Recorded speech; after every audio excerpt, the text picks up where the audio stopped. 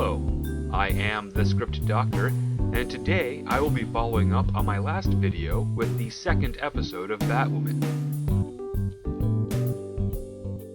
So has the writing and production improved since the travesty that was the pilot? Let's take a look at episode 2, The Rabbit Hole. One thing that TV does that films do not is create stories that deliberately have a lack of resolution. With a movie, you want to tie up as much plot and character by the end so as you can have a complete story. With television, your goal is to hold on to your audience for as long as possible and keep them coming back for more. Doing this successfully creates what we call a slow burn. Doing this poorly creates what we call a filler. How can you spot the difference? It's rather quite simple. Define where the character or characters were at the start of the episode and how they have changed at the end. Are their changes expressed with words or actions? If they're only done so by words, then the change is superficial because anyone can say anything. If they are done so by actions, then the change is behavioral. Actions are harder to walk back or ignore. If the characters express that change with words and action, then you've just strengthened the behavioral resolve, and that should carry on and grow with subsequent stories. Executing a slow burn is a difficult balancing act to achieve because when you push off a resolution regarding your characters or your plot, you risk creating filler to draw out the story. This is a dangerous pitfall to writing television compared to feature-length films. With movies, you have between 90 minutes and 2 hours to tell a story. Because of this limited time, only the most important information will be shown on screen. But with TV, you have anywhere from 9 to 18 hours to fill out over the course of a season, and making every minute of that important is a difficult feat. What ends up happening is that midway through the season, the show starts to lose its legs. Scenes are drawn out, characters end up having casual chat that doesn't further the story, and you come away realizing that over the course of the last hour, the characters are in the same position or situation they were when the episode started. Nothing has changed. So why am I talking about this now instead of getting into this week's episode of Batwoman? Because we're in the second episode of a brand new show, and we're already seeing filler. This is a warning sign of bad things to come, and not in the entertaining way for the characters, but for the survival of the show. Like the pilot, we open up with narration, this time followed by a flashback of Daddy Crow and little Kate looking for Beth. At the start, we are told that the whole city was searching, and over time it was just the two of them. However, the visuals show that they were only searching during the night. Were there not anyone looking during the day as well? Were people treating this search and rescue like an after-work or an after-school activity? I think I know why they didn't show anyone looking during the day, and that is because it would cost money to shoot day players in a forest or by a river instead of a cheap computer-generated image of lights over some stock footage of a forest at night. Kate exposits how for her, the search for Beth hasn't stopped, except for going to the military academy and training all over the world for several years with no explanation as to why. Then she proceeds to suggest that her father has shifted his search from Beth to Alice. But why are we being shown this? To reaffirm that these characters are good people and didn't give up when the rest of Gotham did? Must that information be conveyed in a flashback? Why can't we learn that in the present timeline? Answer: filler. Speaking of the present timeline, we're back, and Daddy Crow gives another monologue to a group of desperate and disinterested actors about how their former Crow, Dodson, has defected and become Alice's number 2 in command of the Wonderland Gang.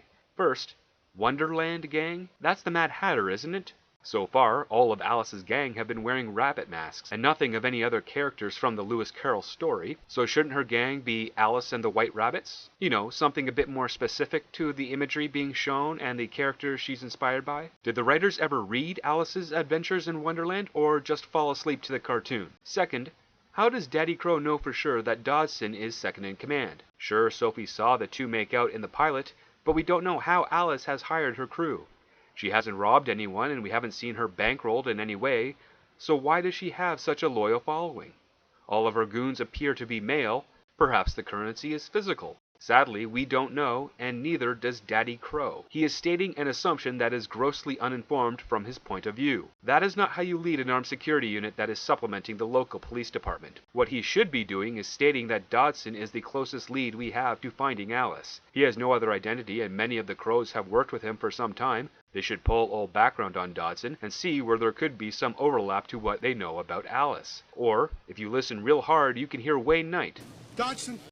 Dodson! We've got Dodson here! But instead, Daddy Crow delivers a platitude, and we cut to a team searching in some place where they find some masks, and while this is happening, two of Alice's white rabbits light some gasoline on fire that engulfs a crow's van that was graffitied moments earlier. Did the white rabbits graffiti the van themselves, or was that just some normal Gotham vandalism? How long have the crows been away from this van? I know of some pretty talented graffiti artists, and something like that takes at least 30 minutes. Also, why vandalize their van only to set it on fire?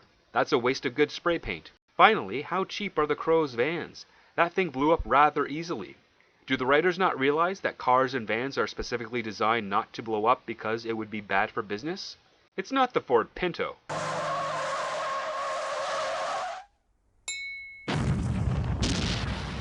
It's supposed to be an armored vehicle designed for urban combat, and it goes up with an open gas tank? Cars don't blow up unless you take out everything inside and fill them with explosives. Do you see that right there? That's a Toronto police car on fire at the G20 summit several years ago. It just burns. It didn't blow up because it's designed not to. Also, if this is how easy those vans go up, why the hell bother filling it with explosives in the pilot? Just strike a match. If those white rabbits wanted to blow up the armored truck, they should have used actual explosives. Instead, they use gasoline and scurry away like children after ringing doorbells. They don't get far when Batwoman shows up. She lands a batarang on one guy's shoulder, should have aimed for the legs because those are what criminals rely on to run away.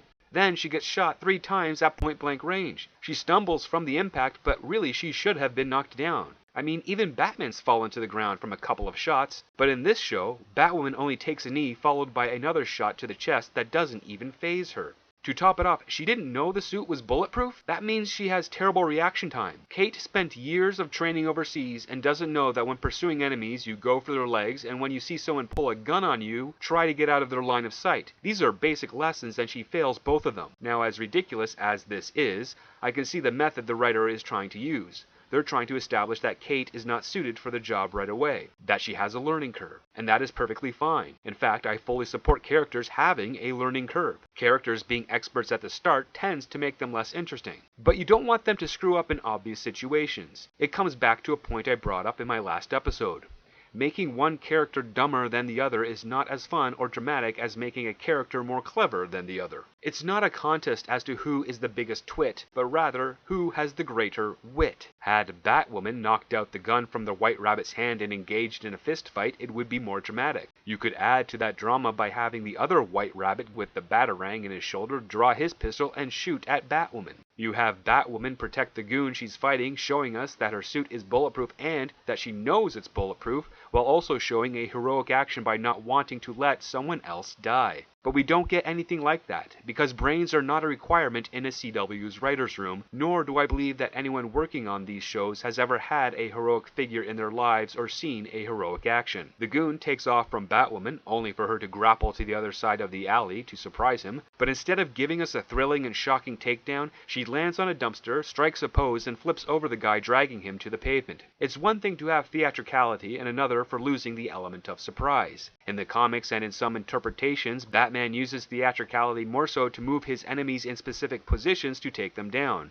Otherwise, in most situations, he kind of strikes from out of nowhere because more often than not, he's usually outnumbered and striking a pose in front of multiple armed criminals, let alone one, is not good for survival. So Batwoman interrogates the goon for Alice's location but is interrupted by a crow's van on approach. Hope it doesn't hit a pothole, it might blow up. But instead of knocking the goon out so the crows can use him to find Alice, she grapples away and lets the goon grab his pistol and shoot at the crows. They return fire killing the goon, and now this entire scene has become a wasted opportunity. Next, Batwoman casually drives into Wayne Enterprises' underground parking lot. It's a good thing a city like Gotham doesn't have much population. Look at the roads, they're virtually abandoned. For all the bad Gotham has, traffic is not one of the city's problems. What's incredibly stupid is how this entrance is in Wayne Enterprises. How is Batman supposed to keep his secret identity when he's driving in and out of his very publicly known building? Shouldn't this entrance be somewhere else in the city, like behind a fake dumpster in an alleyway, or behind a fake wall or billboard? And into action on her Batgirl cycle.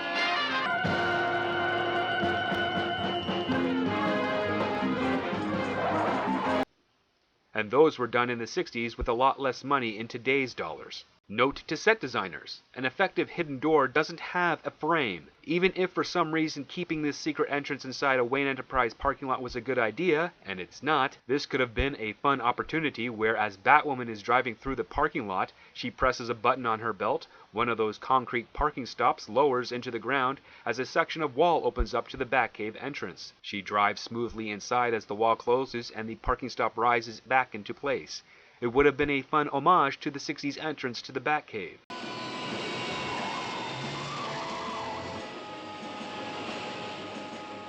But it's just another missed opportunity. Kate returns to the Batcave where Luke berates her for her lack of discretion and pretending to be Batman. But Kate thinks it's more important to dwell on an old family photo instead of continuing her search for Alice. Maybe she should try finding that guy she bataranged earlier who's still able to walk. This is the biggest problem audiences have when it comes to television, especially ones involving police or characters in pursuit of other characters. They more often than not just let the adversary get away. It is like all these characters do not have an understanding of urgency or consequences. Have none of them ever watched or read a Spider-Man story? Spider-Man lets a mugger get away and later that mugger kills his uncle. That's a terrible consequence of inaction. That is why good heroes don't let criminals get away. They don't stop looking for them. They don't see the bad guy hop into a car and drive off just to kick the dirt and head back to headquarters. That's not what real heroes do. They hightail it on foot, find a vehicle or commandeer one, and continue the pursuit until they can't anymore. It is far more thrilling. People love chases, so why not make that a staple in these shows? Well, they can't because chases are expensive and long to shoot, and sitting in a room talking about feelings can be done before lunch. It is a terrible crime to story and entertainment to care more about doing less work faster than telling a great story. We cut to the morning where instead of narration we get its cousin, radio news anchor, played by Rachel Maddow, which is strange because you have this wonderful actress Peri Gilpin who not only has a similar voice to Rachel Maddow, but she sounds better and that has much to do with her being a real actor. Plus, she has worked on DC properties before as Volcana. Let's not forget she was on Frasier where she worked on a radio program, and the character of Vesper Fairchild in this series broadcasts over radio. After the radio exposition, breakfast starts where Kate criticizes the Crows for killing a witness that she could have subdued for them earlier, and Daddy Crow gets all indignant that Kate won't join his team after he had spent years trying to make sure she would never join his team. Kate doesn't think it's a good time, and her stepsister changes the conversation about Sophie and finds it strange that a woman would marry a man, as if those types of relationships don't exist anymore, like the one sitting at the very table before her. Sexuality aside, marriage still occurs between two people that love each other, or one person that's rich and horny and another that's attractive and greedy. Yet the stepsister treats this like it's a mind-blowing concept. What is really telling is how the mother thinks it's a non-subject, but the child is concerned about Sophie's role in society, naming off various sexualities as if individuals can't make choices of their own and are compelled to be attracted only to the people within their bubble. Or because she has no understanding of privacy and how nothing Sophie does in her personal life should or could affect her in any way. So why make it a concern, let alone a subject of morning conversation? Is this the stepsister's way of trying to bond with Kate or get under her skin? Answer: filler.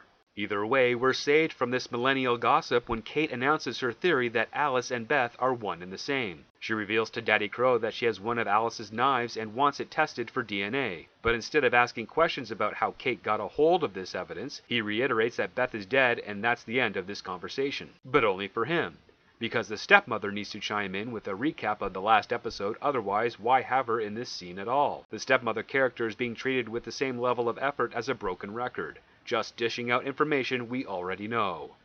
Filler. But we can't go further yet because we need to address this DNA question. You see, we've seen the knife in the pilot, but I don't remember seeing any blood on that handle, do you? So where are they going to get the DNA from? You can only get DNA from saliva, blood, hair, skin samples, or body fluids. None of that is going to be something that would remain on a knife if the person wielding that knife is wearing gloves. Sure, they're fingerless, but unless she has palmar hyperhidrosis, you're not getting anything off that knife, except for the people she's killed with it. You could get a fingerprint off it, maybe. A partial fingerprint is something I can buy, but not a proper DNA sample, so exploring the possibility of getting Alice's DNA off that knife is a meaningless and expensive pursuit. The next thing we need to bring up is why Daddy Crow isn't asking Kate how she got the knife in the first place. That's kind of a big question. In fact, it's part of a set of questions I cut for time from my last video on the Batwoman pilot, which I will insert here. Did Alice throw that knife into a concrete pillar? How the hell was she able to do that? It doesn't matter how sharp you make that blade, it is not going to penetrate a concrete pillar. It will bounce off or scratch the concrete, but it's not going to slide into it like a hot knife into butter, especially if you're throwing it from a distance. Even if you had the throwing force of Superman, that blade is going to shatter against that concrete before it stabs it like shown here. The only other possibility is that the construction crew is not using actual concrete to support this building, but instead some type of clay substitute, or they've just covered up wood pillars with mortar. If that is the case, you don't even need to put Sophie on a plank, just leave her tied up to the building because that sucker will eventually collapse in on itself because it isn't being built with structurally sound materials. Now that we're back to this episode, the writers have realized it's been more than 5 minutes in and we haven't seen the villain. So instead of getting a moment to learn about her, we get a poorly thought out monologue about classism and gatekeeping. And at this point I'm wondering where the gatekeepers were when the writer of this pilot was pitching their work. Because this is high school level writing at its best. This scene is here to tell us, the audience, what's going on in her head by using 2 day players held hostage to be the so-called recipients of this speech. But it is done in such a lazy and obvious way that it feels without purpose aside from exposition. There are no layers to this scene. It is existing for the sole purpose of telling us information the writer couldn't weave into the pilot, so it's makeup time here. Filler. Remember, we're 1 episode and 7 minutes into the second, and we still don't know the following. Why Kate wanted to join the Crows, what her father did before starting the Crows. We haven't seen the state of Gotham aside from tents on the street and one homeless guy with a radio. So what is going on here? Why does Kate continue to dress up as Batman? After all, we're left to infer that she wore the costume to save Sophie, so now that Sophie is saved, why keep wearing it? Her suspecting Alice is her sister doesn't correlate to Kate continuing to wear the Batsuit. And if Kate is doing it because she wants to create hope, we need to see some hopelessness in the city to make that connection and root for her to succeed. So far, everything in this show is compartmentalized to the Kane family with no city-wide repercussions. But we do get one really valuable piece of information. We get Daddy Crow's name, Jacob. We now know the father's name. At this rate, we'll probably learn the stepmother's name before the winter break.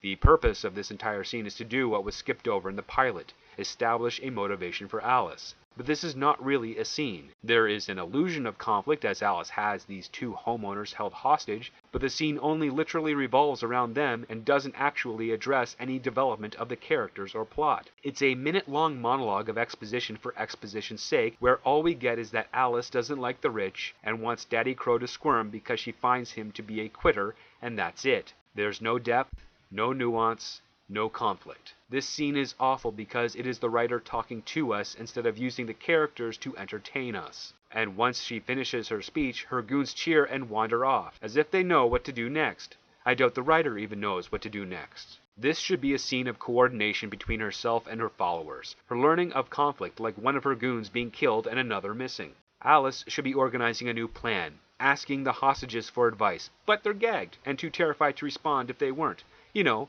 make it torturous on the characters instead of your audience. Alice should be well into executing a plan to achieve what she wants, but she doesn't have a want, other than a vague taking down of the Crows. She's not a threat at this point because she hasn't demonstrated the capacity to achieve her goal. Remember, her scheme in the pilot was thwarted technically by Batwoman, but also by her own incompetence. She may have put a bomb at the park, but after what we've seen so far with the Crow's vehicles, had that van been empty, it still would have posed the same level of danger had it been full of explosives. This character doesn't even know how to set up a conflict with her victims by putting them in impossible situations, and we're supposed to believe that she can take down an already incompetent security service? The best thing she could do is nothing, and just let Daddy Crow and his team fail on their own. If anything, this scene should have built on Alice's accusation that Jacob Kane is a quitter, that when things get difficult, he gives up.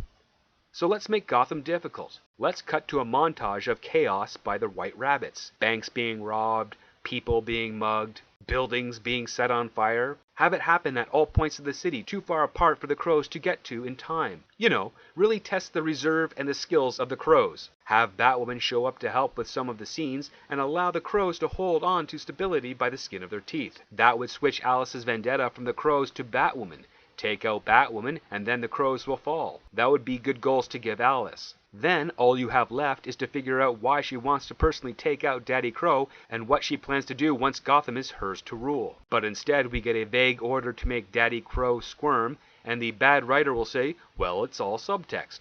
To which my response is, you don't know what subtext is. If you did, you wouldn't need Stepmom to rehash the pilot episode the scene before, you wouldn't need narration, and you wouldn't need that monologue about class division and bullies. Because if you know what subtext is, you would have written better scenes to convey this same, if not more, information in a more efficient amount of time and entertaining fashion. You know, like a real writer, in case you didn't grasp my subtext. But the scene doesn't end there. No, there's an epilogue about her missing knife, where she complains how it's more fun to flip it around as she dishes out her evil plans. Except, she hasn't revealed any evil plan at all in this episode. Nothing. Is that because she's missing the knife? Did she write down her evil plan on the handle and forgot what it was? If this knife is so important to her, why didn't she remove it from the construction site? Batwoman and Sophie were gone at that point. She had plenty of time to get up, remove the knife, and make her escape. So why didn't she do that? While all this is going on, Kate is sitting in the Batcave staring at the very knife Alice is missing. Which is a real effective use of time. I guess in all of Kate's training, learning how to pull fingerprints was for losers and not real heroes. How long has she been sitting there? And has she only been looking between a knife and a family photo this whole time? The Batcave is not a hangout. It's a crime lab. A place where Batman can conduct further investigation of crimes that he cannot perform in the streets. But Kate treats this place like a treehouse, hanging out, getting all nostalgic, and doing the one thing you never have your main character do, be passive. Filler. It turns out, aside from giving us a flashback at how Kate dealt with Beth's disappearance, she was waiting for Luke to come by as a response to her text. So they're friends now? On top of that, he does her bidding whenever she needs? I don't believe it, but here he is, and he informs her that, yes, Wayne Enterprises has the technology to run a DNA test, and no, she can't use it because Luke doesn't know how.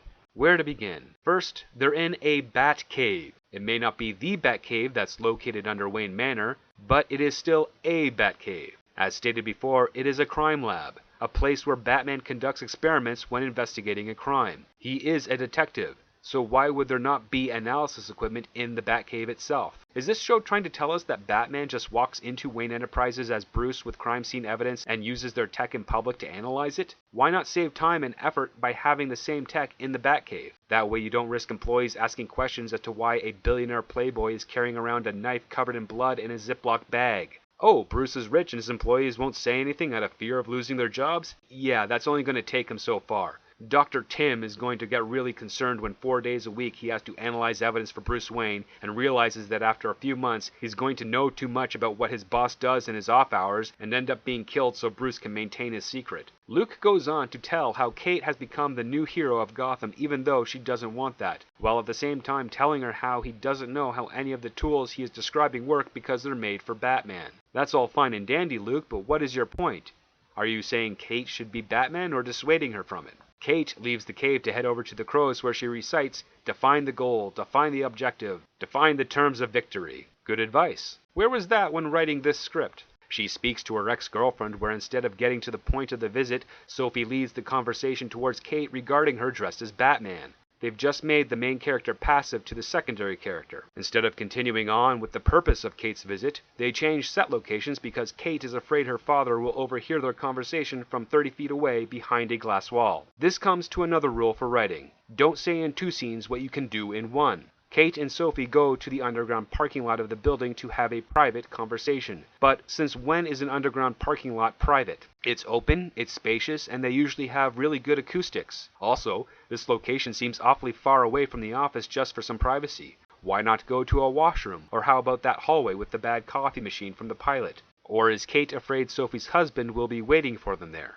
This is a contrived location, only used to drop in a set piece. It doesn't make sense for either Kate or Sophie to travel such a distance for a private conversation. They could have had it in any number of more convenient locations. They could have had it in the elevator, the stairwell, a hallway, an unoccupied corner of the office. There is no reason for them to travel several floors down to have a conversation about getting DNA off a knife, which they can't do anyway. This is crime scene evidence. It should be with the police so that in the eventuality that they capture Alice, they have her murder weapon. But no one in the writer's room is thinking about how investigations actually work, so instead we get a scene where the White Rabbits ambush the two with a smoke bomb and then a bunch of bee smokers to steal the knife and drive off. But I'm getting a little bit ahead of myself here, because after Sophie recounts the pilot again, Filler. Kate tries to defend Alice, saying she needs help, and Sophie's response is to refuse to help Kate test the knife. End of conversation. But Kate doesn't let it stop there. She poorly segues into how if she heard about Sophie's marriage, she would have returned to Gotham sooner. Not to celebrate, but to object to the marriage. Which is incredibly selfish. Yes, it is sad when an ex finds happiness with someone else, but that is life. Happiness is not easily found among people, and our hero in this story would rather destroy a marriage for her own chance at personal gain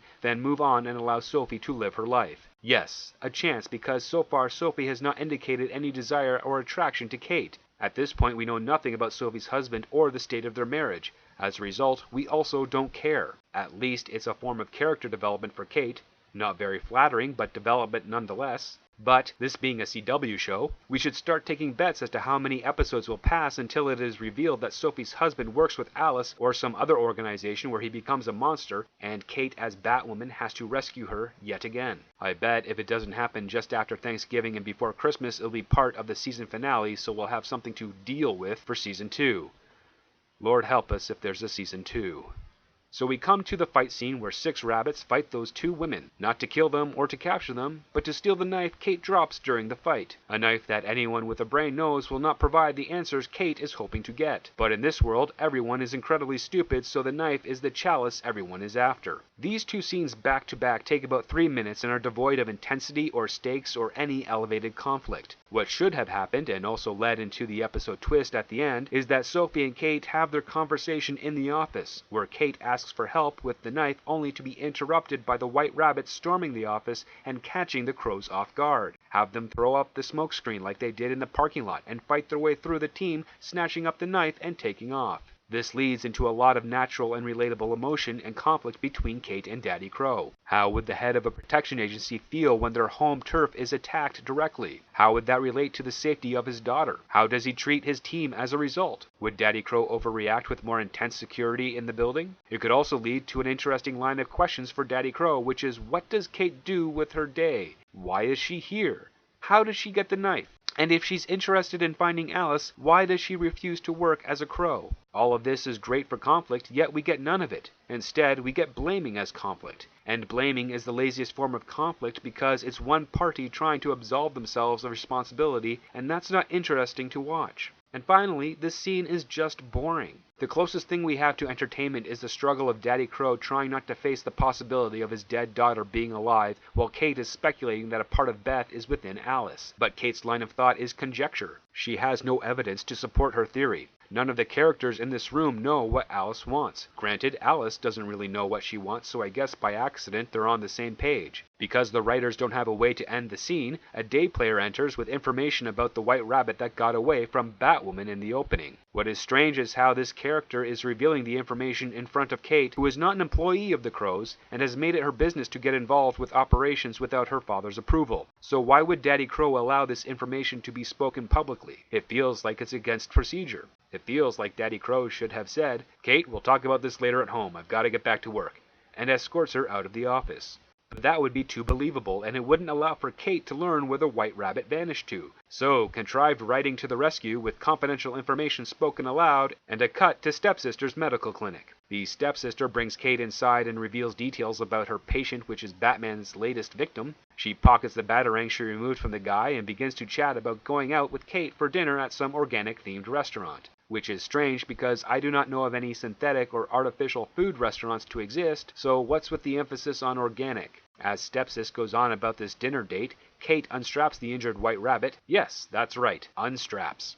Now, you can argue that Dr. Stepsis did this for her own safety, and I strongly stand by that choice. But what does she do once the patient is all healed? She can't call the authorities to come pick up the guy without exposing her illegal clinic. So is she just going to keep him there, Misery style? I suppose she'd have to administer a heavy anesthetic, drag his unconscious body out to the streets, and leave him there to either be assaulted by other criminals, found by the police, or wake up and wander back to Alice. What is strange is that I could see a really interesting bottle show about this illegal clinic. You can have stories about criminals getting patched up alongside citizens that cannot afford health care. You could have stories about smuggling supplies from the university hospital to the clinic and room for lots of conflict regarding the medical code of conduct. I'd rather see that type of show instead of Kate Kane wandering Gotham with little to no objective. Hours later, the Crows have found Dodson via Big Brother level of security. Does Gotham know they're being watched with facial recognition? So far, Batwoman is a show where our heroes are blatantly violating people's privacy to find criminals, and yet Gotham appears to be fine with that. But across the Pacific Ocean are millions of people not happy about those types of systems. What sort of underlying message are the writers of this show trying to convey? Have they not heard the quote, "They who can give up essential liberty to obtain a little temporary safety deserve neither liberty nor safety"? You know, for all the Ivy League education some of these writers claim to have, they clearly did not understand historical figures like Benjamin Franklin. But we can't dwell on that. The Crows found out some of the White Rabbit gang are hanging around a Gotham suburb, and Daddy knows exactly which house they're in and pulls every available agent to that location. Before Sophie can object or even act, she gets a call from Kate asking Sophie to buy her time to connect with Alice. I don't think Kate has to worry about that, as her dad's headed to a house in the suburbs and she's lured Alice to a waffle stand. I may not know how far apart those locations are, but I'd say the chances are good that Daddy Crow won't be thinking about getting waffles this evening. Also, why does she need to occupy her dad? As far as she knows, Daddy Crow has no leads to pursue with Alice and would never think to check out locations personal to Kate and her family. Remember, he's in denial that Beth could be Alice. What we do get is a decent flashback scene where young Kate acts circles around adult Kate about losing her sister. Daddy Crow gives a compelling performance showing sorrow and empathy for Kate, while also displaying how the search is defeating his hope in finding his daughter. This is what I'm talking about when it comes to character action, motivation, and consequences. Young Kate can't let go of the idea that she could have done more. As a result, she is committed to not giving up the search for her sister for two strong reasons. The first being her regret for not doing more to help, and the second because she misses her. This conflicts with the reality that Beth is gone, and despite neither Kate nor her father wanting to admit defeat, it is something the two will eventually face. This scene literally wrote itself, and it did so because the effort was made with these characters in this moment. What is sad is that young Kate is far better at investigating and searching for her sister than she is as an adult. I mean, Kate has a map, a search pattern, records of where she has been and what she's found. But current age Kate just sits in a Batcave staring at a photo. I am disappointed with Batwoman because this flashback subplot of a story was resolved somewhat years ago, and now in the present they don't have a new want or goal as powerful to replace the one from the past. The writer has made a story about a missing girl we hardly know more compelling and interesting than a story about the adventures of our title character, Batwoman. The flashback ends and we're back to the present where Daddy Crow and his team break into the suburban house where Alice was hiding, only to find the hostages from the first act dead at the dinner table. Alice has ditched the house, and when Sophie asks how Daddy Crow knew this would be the place, he reveals that this was their old home. He holds on to his conviction that Alice is not Beth and only trying to get inside his head, but doesn't question as to why Alice would go that route to begin with.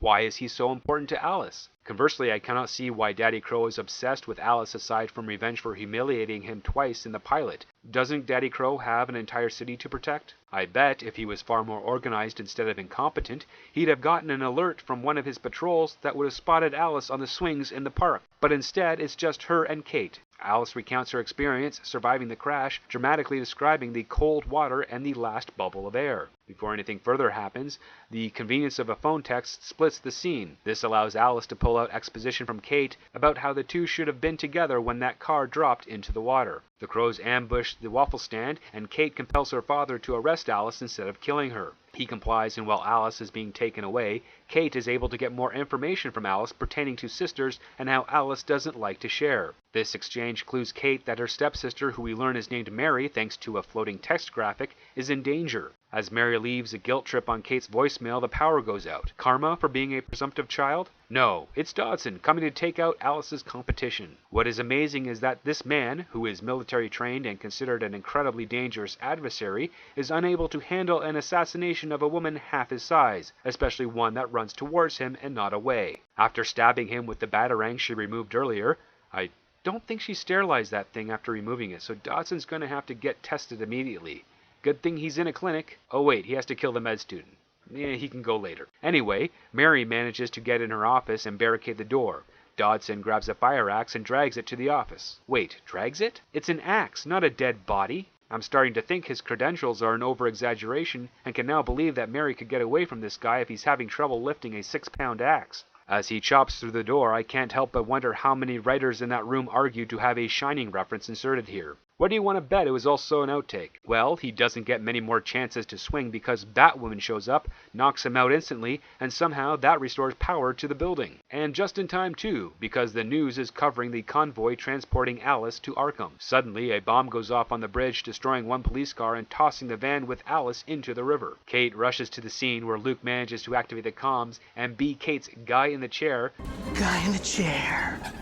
But without the fun and charm. Luke informs Batwoman that she's 5 minutes away from the bridge, and now I'm expecting a cut to the back of the van where it's filling up with water, to establish stakes with this ticking clock they've set up. But instead, Alice is floating in the back of a fully submerged van, apparently unconscious. This should have been an intense moment, one with drama as we see how Alice, reliving a traumatic moment from her past, reacts. Does she laugh from the irony? Does she panic? We don't know.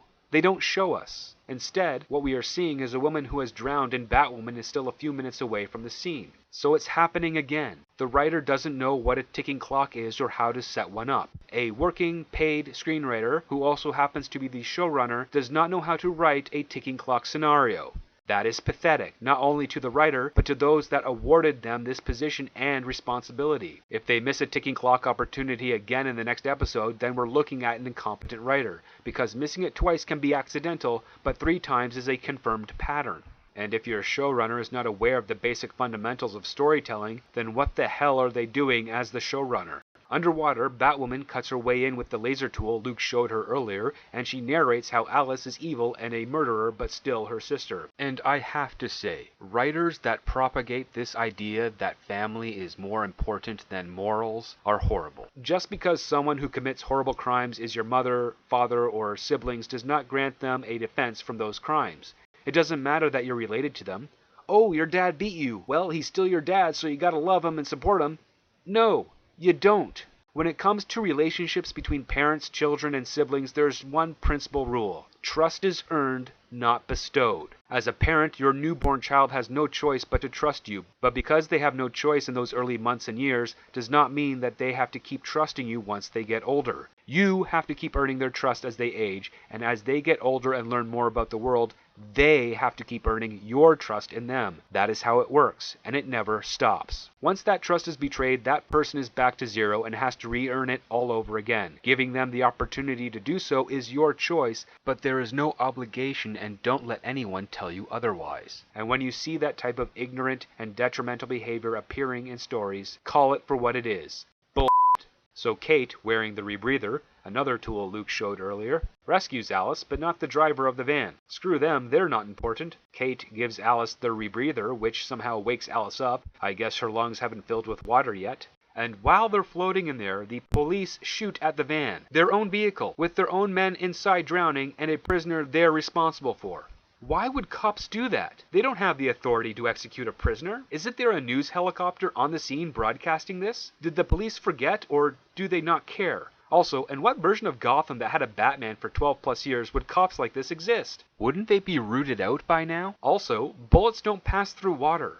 Water has a lot more density than air, and bullets break apart within 2 feet of entering water. They proved this on Mythbusters. It is useless to shoot anyone if they're underwater. It's a waste of ammunition, and any cop with arms training will tell you this. Also, Gotham seems to have a serious quality and control issue with their police and security detail vehicles, because a single bullet that could survive water, somehow, strikes the gas tank below the tire and blows up the van. It must be some kind of super bullet with a propeller on the back, like a mini torpedo. Special ammunition for the GCPD when they need to execute prisoners in their care when they're trying to escape to the river. This show is getting harder and harder to believe, because 2 cops just killed their brothers in blue if they haven't already drowned, and attempted to kill a suspect in their custody. What the hell? Like, if you wanted Alice dead, why even bother shooting at the van? The last time you saw her, she was cuffed in the back and locked inside. She's not going anywhere, and the water is too dark for anyone outside to see Batwoman come to the rescue, so what the hell are these cops doing? So the van blows up, knocking away Batwoman and Alice, but somehow doesn't kill them. Batwoman washes up on shore who knows how far away, unconscious, with Luke panicking in her ear that she has to get up before the cops find her. Why are the cops searching for her? Batwoman didn't make herself known when rescuing Alice. The cops didn't acknowledge acknowledge seeing a bat-like figure leaping off a bridge into the water? And if they did, don't the cops like Batman in this universe? The two in the pilot spoke about their disappointment in shutting off the bat signal. Still, it's only two cops, but neither of them hesitated about the subject matter. So it would appear to be a commonly thought of thing. Batman is good.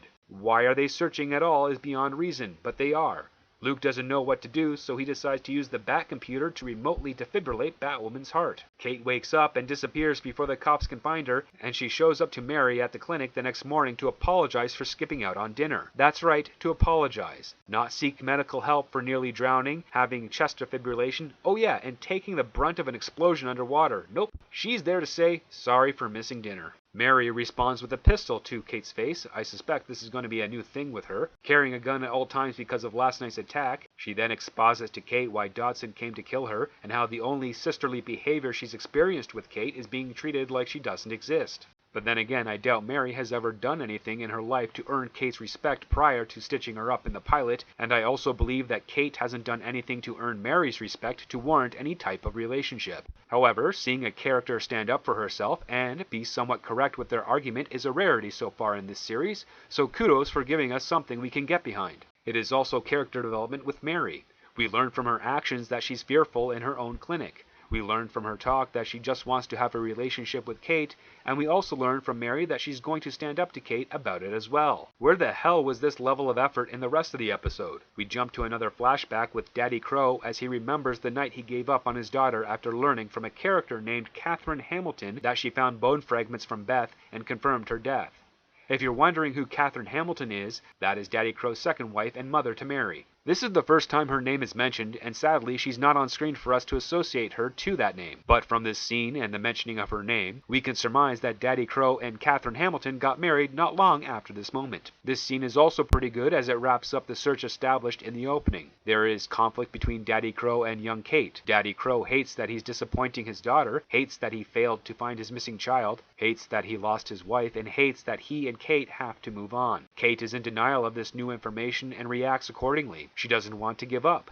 She doubts the evidence provided because it conflicts with her own due diligence. Man, I am really liking this young Kate because she is way more competent than the current Kate. Again, this is some good effort with character development, an okay scene resolving a story while also starting a rift between father and daughter. Where was this level of thinking for the rest of the episode? Well, that effort vanishes pretty quick as we return to the present day where Daddy Crow yells at some police officers and Crow's agents about the bomb on the bridge, but not why the cops shot at the prisoner. And instead of taking them to task further, he dismisses them. They leave and we discover that Kate has been standing by the door this entire time. Why is she here? I'll tell you why. Because the script needed her to be there so she could be shown crime scene photos of the murdered couple from their childhood home. That's it. That's the only reason this scene is happening. To convey something that Kate already knows and lead into another scene where she's confronted by Sophie and told to move on past the relationship. Something that Kate should have been able to do on her own. Then we cut to the middle of the day where Catherine Hamilton Kane,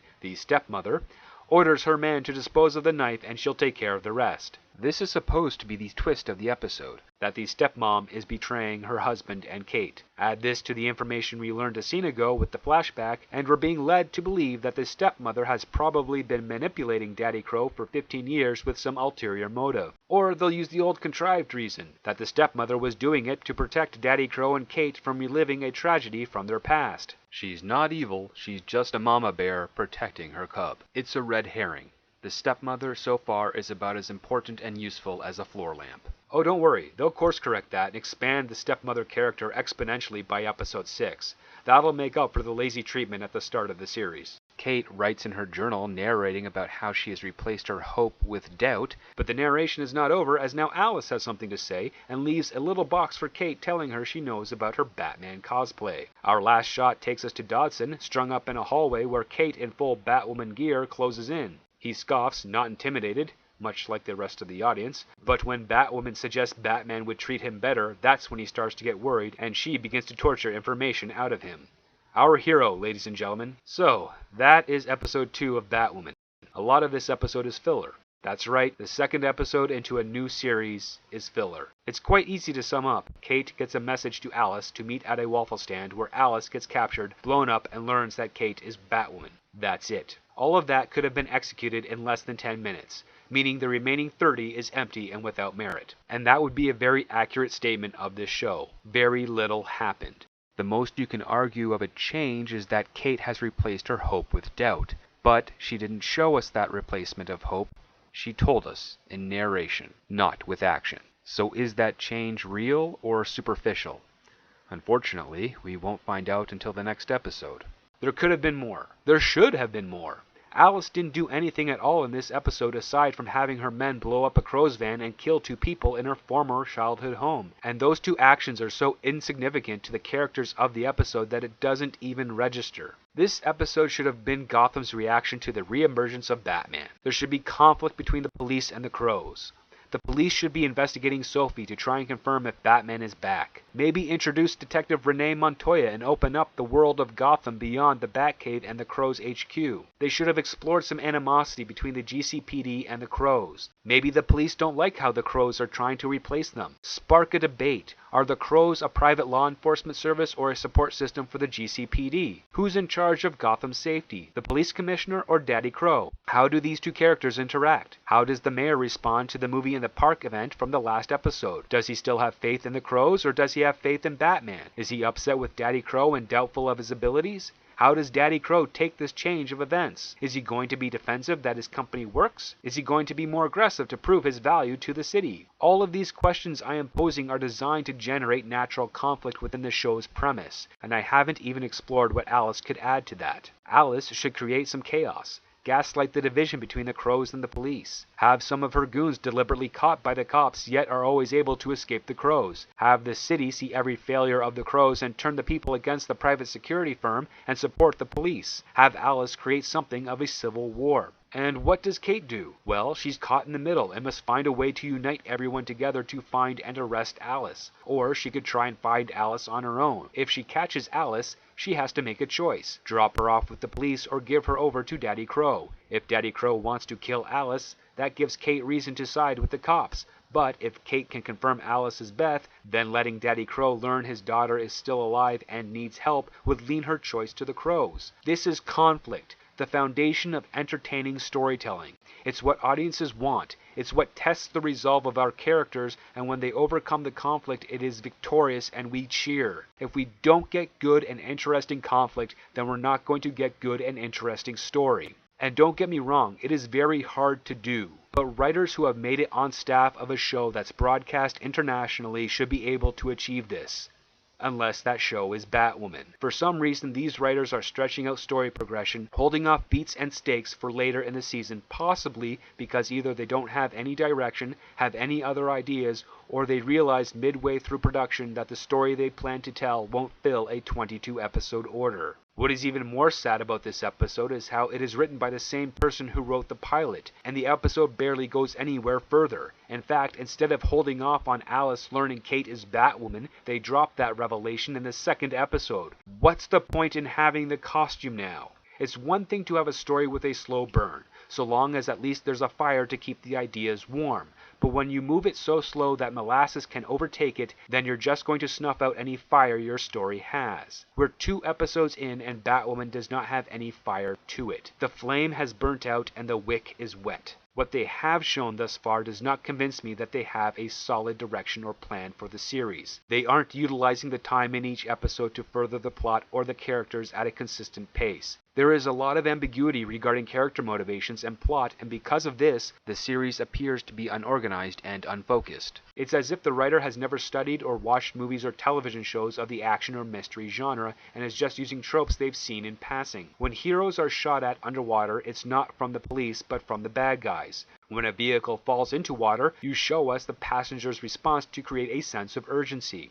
If you want to vandalize a truck, don't spray paint it and then blow it up. Pick one or the other. If a character is an investigator and they're talking to someone that says something suspicious, have them question it. Daddy Crow should be barraging Kate with questions about how she got Alice's knife, not shutting her down and going about his own business. This is a show that doesn't just suffer from bad writing, it suffers from terrible production value. It doesn't take advantage of the premise it lays out, and with any luck it will be cancelled so the production crew can find a better show more suited to their talents and skills. Wow. That was Batwoman Episode 2. If you made it to the end of this video, thank you for watching and listening. If you enjoyed this video, please like, share, and subscribe. If you have anything to add to this episode, please leave a comment below. Thanks for watching, and never forget, it all starts with the script.